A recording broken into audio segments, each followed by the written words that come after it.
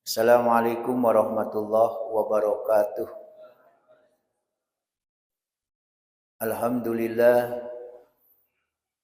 allazi anzala al-Qur'an hudal linas wa bayyinatin minal huda wal furqan.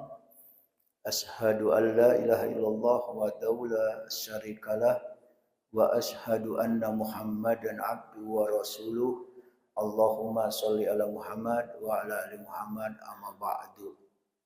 Penasehat masjid, pengurus, jamaah, dan seluruh yang hadir musafir termasuk dari Masjid Jami' Nur Huda rahimakumullah. Kita lanjutkan tafsir Al-Baqarah ayat yang ke-283. Ini menepi tinggal 3 ayat lagi selesai surat Al-Baqarah. Ya, selesai surat Al-Baqarah ya, selama 4 tahun setengah. Tapi dengan Al-Baqarah ini sudah include ringkasan dari seluruh isi Al-Quran. Maka dari Al-Baqarah inilah tersimpul insyaallah. Bismillahirrahmanirrahim. Wa in kuntum ala safarin walam tajidu katiban farihanun maqbudatun fa in amina ba'dukum ba'da fal yu'addil ladzi tumina amanatahu wal yattaqillaha rabbah wa la taktumus syahadata wa may yaktumha fa innahu athimun qalbuh wallahu bima ta'maluna alim. Wa in kuntum ala safarin, jika kalian dalam perjalanan, sementara waktu di dalam perjalanan terjadi transaksi, terjadi bermuamalah dan dilakukan secara tidak tunai. Kemudian walam tajidu katiban, sedangkan kalian tidak memperoleh seorang penulis yang akan mencatat tentang transaksi tadi, farihanun maqbudatun, maka hendaklah ada barang tanggungan yang dipegang. Barang tanggungan yang dipegang. Bahasa lainnya borah. Borah, ya, jaminan. Fa in amina ba'dukum ba'do, akan tetapi jika sebagian kalian mempercayai sebagian yang lain, fal yu'addil ladzi tumina amanatahu,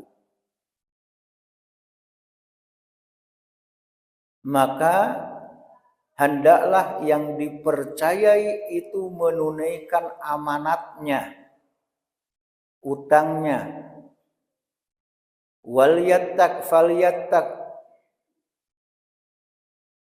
Walyattaqillah rabbah, dan hendaklah ia bertakwa kepada Allah Tuhannya. Sudah Allah pakai Rabb lagi. 2. Wal yattaqillah rabbahu. Padahal artinya itu juga. Allah dan Rabb itu sama. Tapi kenapa? Apa rahasianya?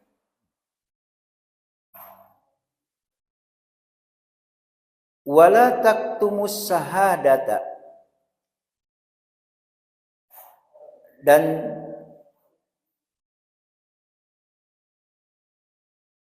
janganlah kalian para saksi menyembunyikan persaksian. Annya tak pisah, sebenarnya menyambung.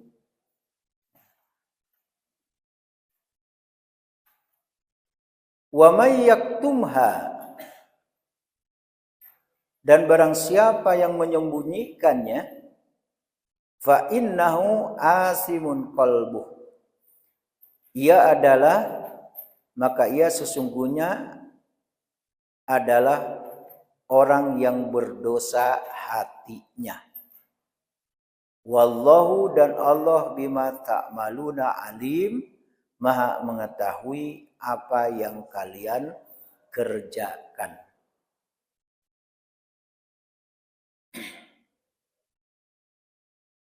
Ini masalah borah jaminan.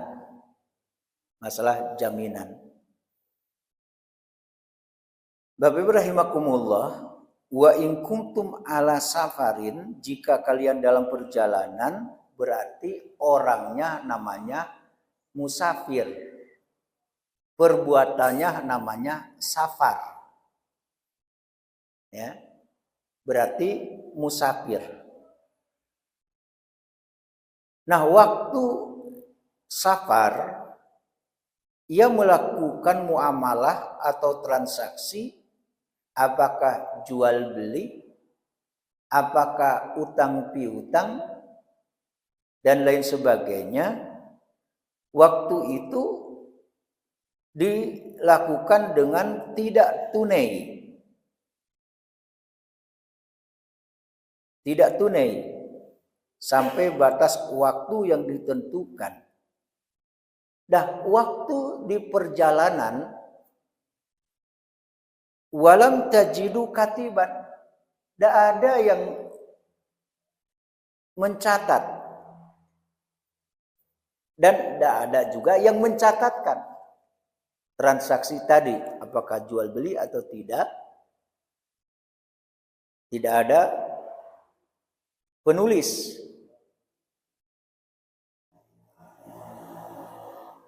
Artinya banyak alasan. Memang tidak ada yang bisa menulis, memang tidak bawa penulis, atau lay adonan ingin menuliskan, tapi pena dado. Pena lay, yang menuliskan lay, karate dado. Pena ado, karate ado, urang dan menulis dado. Nah, itu namanya dalam Al-Quran walam tajidu katiban. Sedangkan kalian tidak memperoleh seorang penulis. Artinya menuliskan buat kalian dalam jual beli, utang piutang, transaksi lain sebagainya.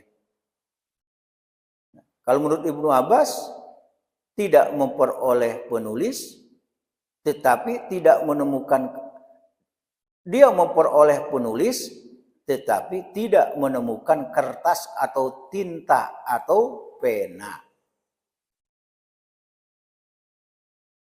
Farihanun makbudoh, maka hendaklah ada barang tanggungan, jaminan yang dipegang. Itu yang diistilahkan borah itu. Borah. Apa itu borah? Barang jaminan.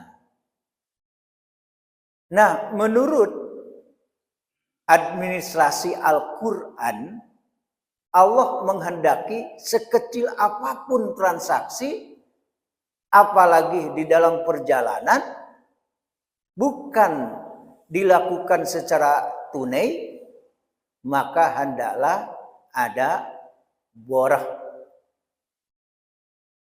Dan borahnya itu, rihannya atau rohannya itu adalah makbudoh. Memang dipaci, dipegang.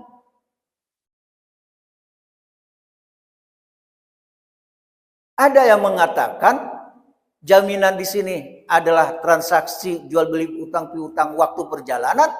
Ada juga di dalam fikih rohan, transaksi apapun, jual beli apapun, utang piutang apapun, di perjalanan atau tidak di perjalanan, maka harus ada pegangan.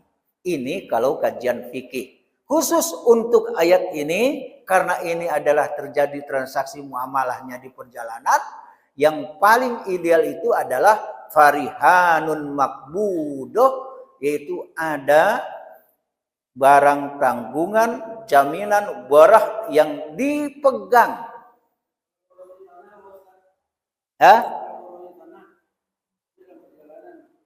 Borahnya tanah. Ya. Borahnya tanah, dia memang punya tanah, ya itu. Maka bisa enggak lisan itu disampaikan waktu di perjalanan, saya punya tanah, ini luasnya, ya, ada pencatat, bisa. Ya, kalau pencatat tidak ada, maka solusi yang ayat selanjutnya, potongan ayat selanjutnya. Apa namanya? Saling percaya. Itu solusinya. Ada sertifikat, bukan? Jadi yang jika tidak ada, maka di ayat potongan ayat selanjutnya bunyinya adalah fa in amina ba'dukum ba'do fal yu'addil lazi tumina amanatahu. Jika tidak ada jaminan tadi yang dipegang, tapi satu sama lain saling mempercayai dan memang percaya dan terpercaya, maka fal yu'addil lazi tumina amanatahu, tunaikan amanah itu adalah kepercayaan. Itu solusinya. Kalau tidak ada borah, Terima kasih Pak Haji. Bapak Ibu rahimakumullah, maka disimpulkan di sini kalau kajian fikih, maka borah jaminan dalam safar dan bukan dalam safar. Nah, dalam safar ini ada ayat di sini. Harus ada farihanun makbudoh. Kalian di dalam tafsirnya boleh memegang jaminan sebagai ganti dari catatan tadi. Ya. Catatan tidak ada, yang menulis tidak ada, pena tidak ada, tinta tidak ada, kertas tidak ada. Maka jaminan tersebut dipegang oleh pemilik hak. Maka hendaklah ada barang jaminan yang dipegang bahwa transaksi gadai masih belum jadi kecuali bila barang jaminan itu dipegang. Kalau melihat teks ayat makbudoh. Dan ini dikatakan oleh mazhab Imam As-Syafi'i dan juga jumhur ulama. Idealnya ada rihan makbudoh, jaminan yang dipegang. Sedangkan ulama lainnya mengambil kesimpulan diharuskan bagi terrealisasinya gadai, barang yang digadaikan diterima oleh tangan orang yang memberikan pinjaman. Nah, pendapat ini merupakan suatu riwayat dari Imam Ahmad dan dianut oleh segolongan ulama juga. Berarti ada yang jaminan dipegang, ada juga jaminan itu bahwa agar terrealisasi transaksi termasuk gadai diantaranya harus ada jaminan. Hanya saja ya bila jaminan itu telah dipegang, maka terjadi transaksi. Pendapat dari mazhab Imam As-Syafi'i dan jumhur ulama, ada juga diharuskan bagi terrealisasinya gadai, barang yang digadaikan diterima oleh tangan orang yang memberikan pinjaman. Dan ini juga pendapat dari segolongan ulama. Sejumlah ulama salaf, apa arti salaf? Ulama generasi ya sebelumnya, mulai dari sahabat, tabi'in. Nah, ada ulama salaf, ada ulama kholaf. Ulama kholaf ini adalah ulama kemudian yang sekarang. Itu kholaf. Sejumlah ulama salaf mengambil kesimpulan dalil dari ayat ini bahwa gadai tidak disyariatkan melainkan dalam perjalanan. Bahkan ini lebih menukik, mengerucut kepada perjalanan. Kalau sedang tidak perjalanan tidak berlaku. Nah, bagaimana setelah kita baca tentang fikih gadai, maka dalam semua transaksi bisa ada gadai. Itu kalau kajian fikih. Telah ditetapkan dalam kitab Sahihain, dua kitab sahih Imam Bukhari dan Muslim dari jalur Anas radhiyallahu anna Rasulullah sallallahu alaihi wasallam tuwfiya wa dir'uhu marhunatun inda Yahudi ala salasina wasqan min sa'irin rohanaha kutan li ahli. Bahwa Rasulullah wafat sedangkan baju besinya digadaikan kepada seorang Yahudi dengan pinjaman 30 wasak jawawut, ya, jenis makanan, ya, ada gandum mengatakan, ya, Nabi menggadaikan untuk makan keluarganya. Itulah tanggung jawab Nabi kepada keluarga, istri dan anak, untuk makan, untuk memenuhi nafkah, ya, anak dan istri sampai menggadaikan. Hebat juga ya Nabi ini tanggung jawab kepada ya istri dan anak. Senang ya Bu ya? Punya suami seperti Rasulullah. Tetapi ibu tidak bisa. Hanya bisa mencontoh. Begitu juga suami yang bertanggung jawab. Kalaulah bau sawawa lah berikhtiar bakarajo, ya, itu sudah lepas tanggung jawab. Dalam riwayat lain disebutkan bahwa baju besi itu digadaikan pada seorang Yahudi di Madinah, ya. Menurut riwayat Imam Syafi'i, baju besi itu beliau gadaikan pada Abu Saham, seorang Yahudi. Rincian masalah gadai ini diketengahkan secara rinci dalam kitab hukum-hukum yang membahas masalah hukum fikih. Itu yang dimaksud dengan fikih gadai atau rohan. Begitulah tanggung jawab Rasulullah SAW sampai menggadaikan baju besi. Ada juga menggadaikan baju besi perang, ada juga, dan lain sebagainya. Maka dengan ini jaminan barah makbudo ini pernah dilakukan oleh Rasulullah SAW dengan para sahabat. Fa in amina ba'dukum ba'do falyu'addil lazi tumina amanatahu. Halaman 3. Akan tetapi jika sebagian kalian mempercayai sebagian yang lain, maka hendaklah yang dipercayai itu menunaikan amanah utangnya. Pertanyaan, kenapa utang disebut amanah? Ini bahasa amanah itu apa? Utang artinya. Kenapa utang ini disebut amanah? Karena orang yang berutang dipercaya di dalam harta yang dipinjamnya dengan tidak mengambil barang jaminan darinya. Ini yang dimaksud, arti utang ini adalah amanah. Inyo dak pakai borah, inyo dak pakai jaminan yang dipegang, picayo sajo. Maka utang di sini artinya amanah, karena orang yang berutang dipercaya di dalam harta yang dipinjamnya dengan tidak mengambil barang jaminan darinya. Itu yang dimaksud fa in amina ba'dukum ba'do falyu'addil lazi tumina amanatahu. Jadi yang dimaksud amanatahu itu adalah utang sebagai amanah.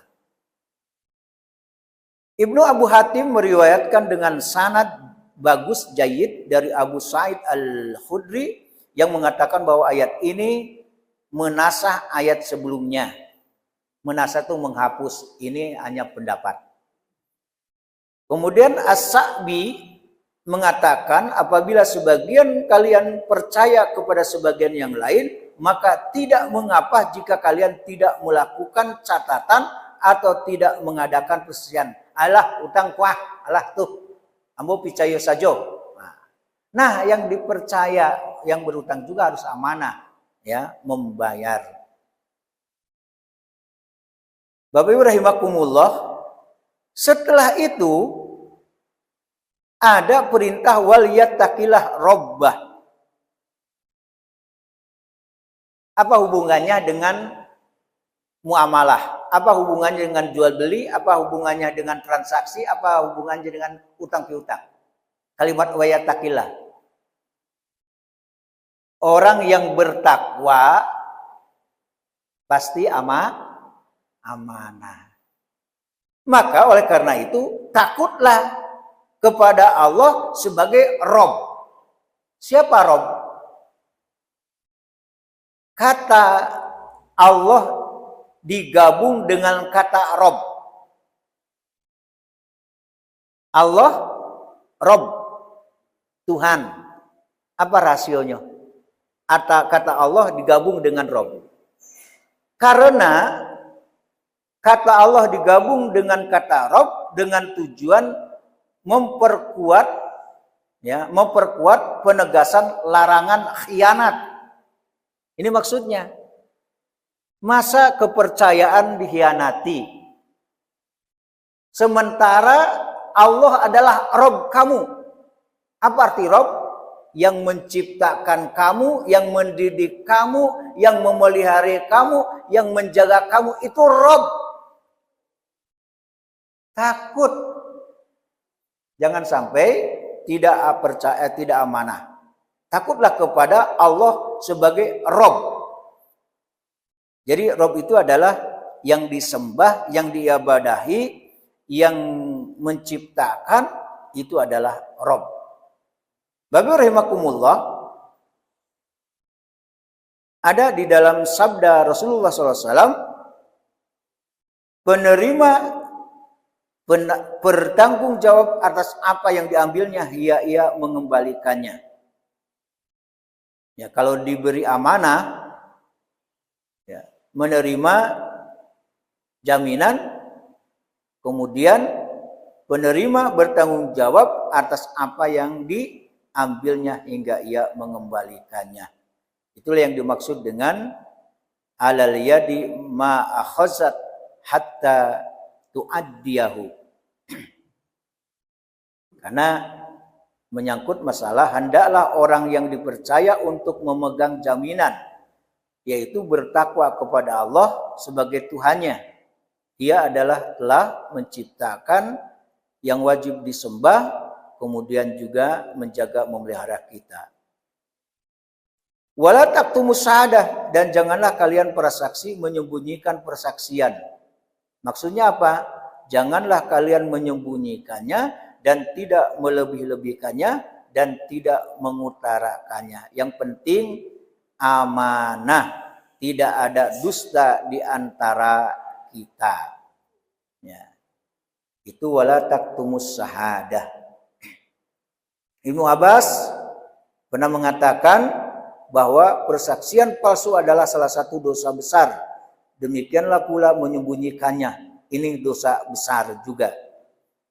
Kemudian, dan barang siapa yang menyembunyikannya, maka sesungguhnya ia adalah orang yang berdosa hatinya. Yang berdosa hatinya. Kenapa? Mohon bagi yang ada Quran digital atau ada mushaf atau ada pena, dicatat surah yang ke-17 Al-Isra Bani Israil ayat yang ke-36.